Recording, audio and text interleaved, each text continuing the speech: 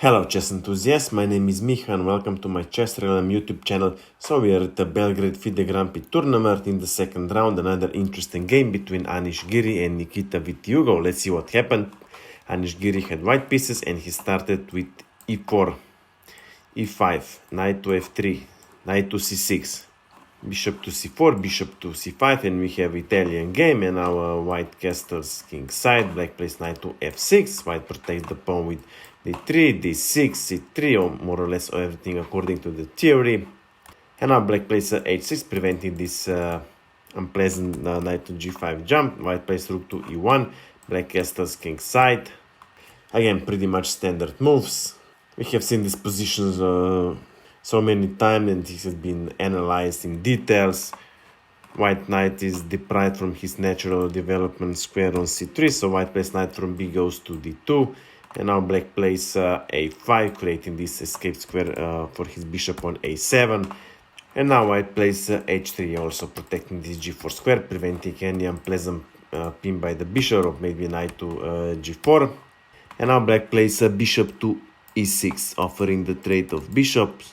Well, if white captures, black recaptures, black is developing and white is losing tempo, so white doesn't go for it. In this position, usual replies maybe a bishop to b5, threatening to capture knight on c6, forcing black to have double pawns along the c file. But in the game, white plays b3, further protecting bishop on c4. Well, if bishop captures on c4, then b pawn recaptures, and when this knight is gone, white threatens with d4, creating a very strong and solid center, so black doesn't go for it. Instead, black plays d5, attacking bishop on c4. So now white has to decide what to do with the bishop.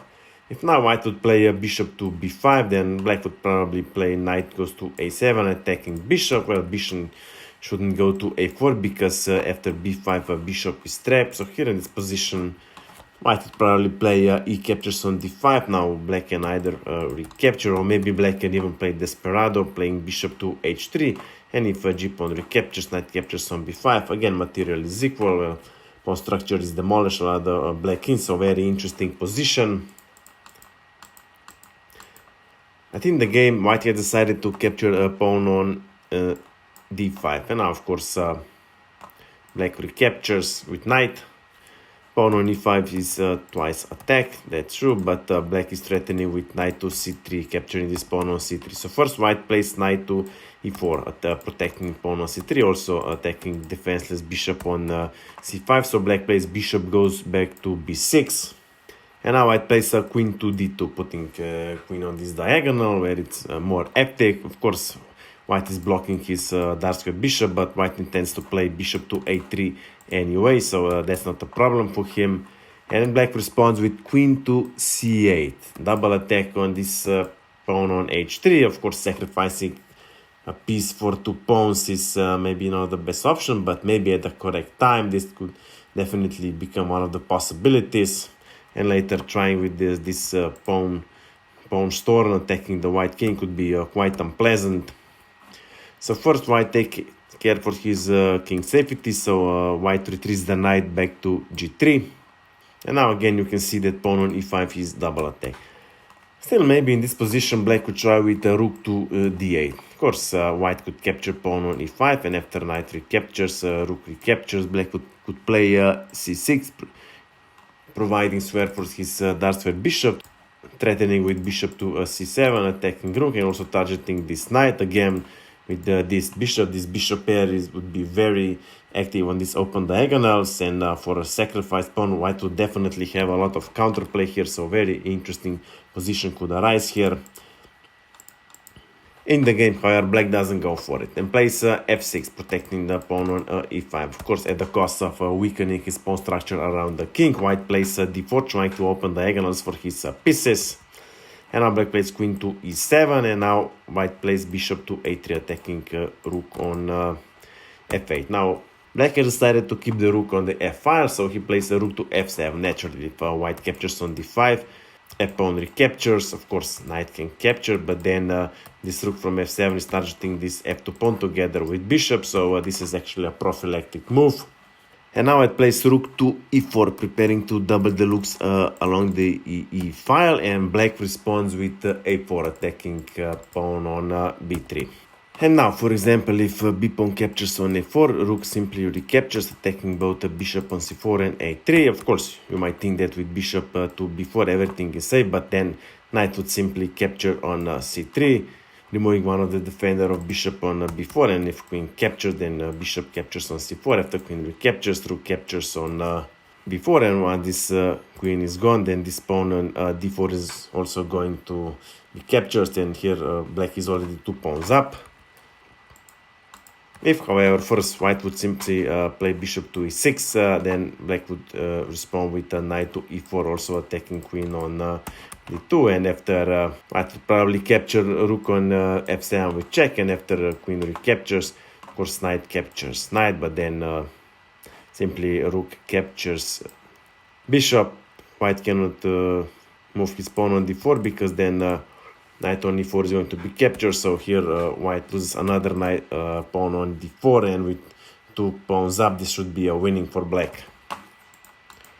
But okay, let's go back to our game.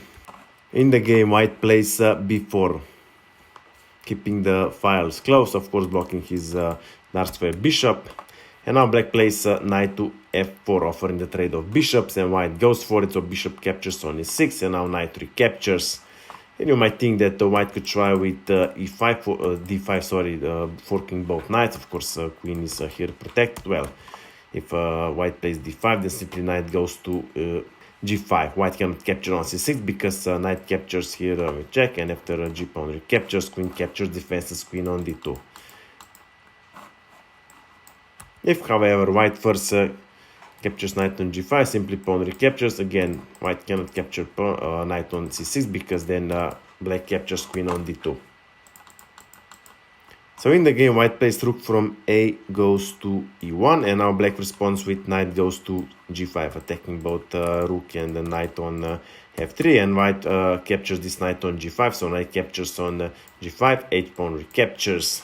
And now you can see almost all pawns are here placed on a dark square, so both bishops, white and black, are a very limited movement. So white has decided to play b5, attacking knight on c6. Knight goes back to a7, attacking this pawn on b5, who is double attacked, so there's no point in defending with queen. And if, for example, white would play a c4, then this pawn on d4 is going to be captured. So this pawn on b5 is lost, but here white has a very cunning reply. Actually, h4 was played. Well, if black captures on here on h4, then simply rook recapture. We have an open h file with the queen to later joining the game. This could be very unpleasant. So black first played knight captures on b5, attacking bishop on a3, who is not protected, but white doesn't care. H pawn captures on g5.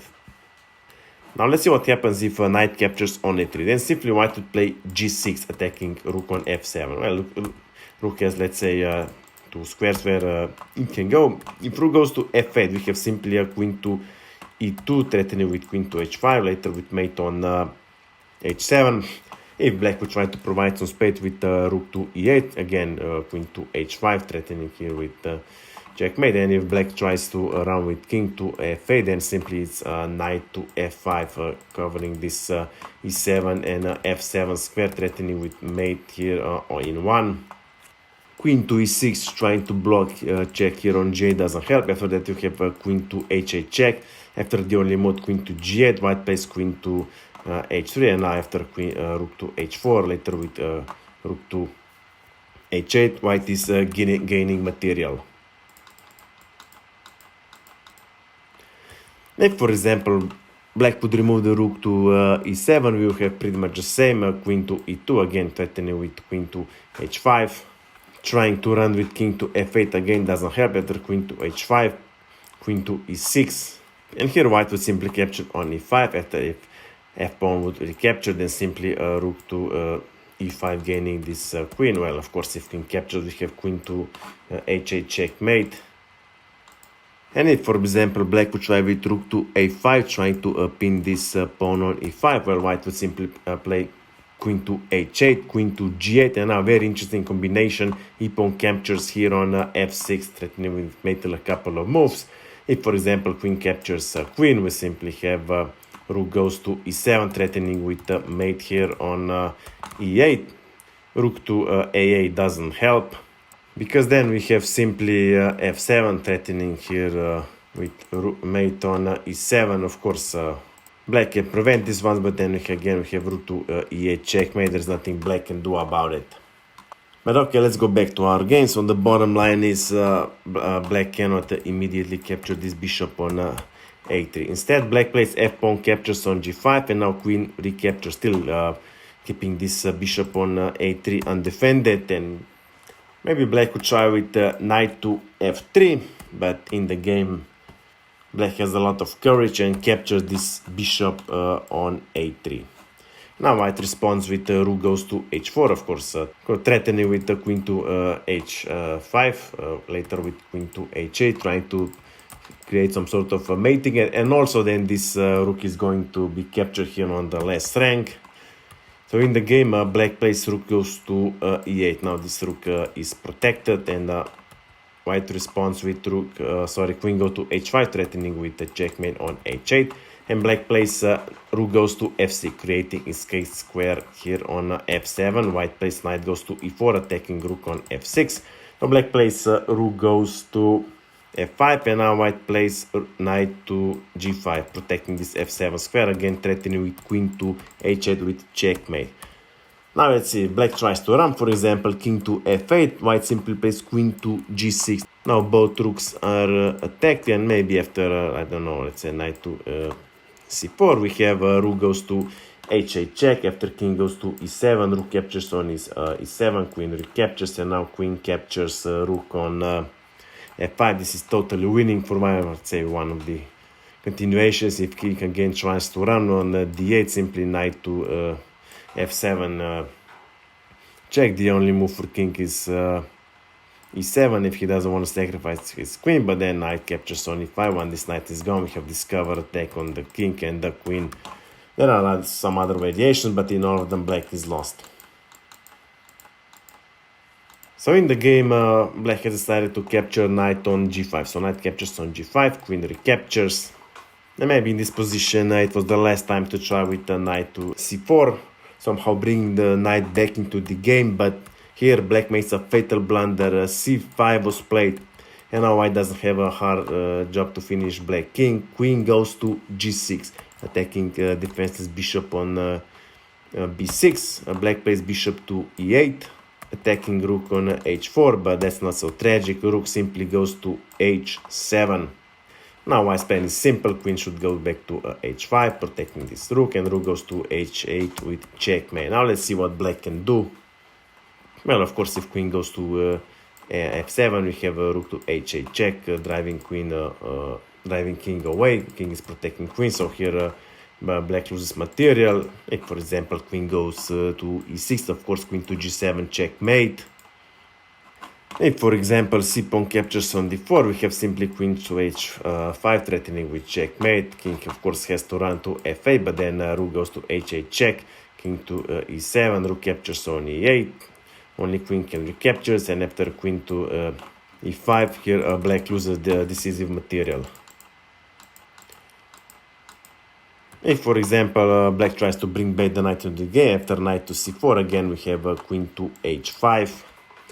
King again has to run to f8, but then white captures pawn on e5. Now pawn is twice protected. And if black tries to trade, let's say, queens, then white simply plays rook to h8. After king to e7, we have queen to h4 attack on the king and knight. Of course, king goes to e6, then simply queen captures knight on c4. If king goes to d7, again queen to g4, still double attack on king and the knight. There isn't much black can do. For example, after king to c7, rook simply captures on e8, queen recaptures, and queen captures knight on c4. Again, it exchange up, and is black king in the open. This is simply a winning position for white.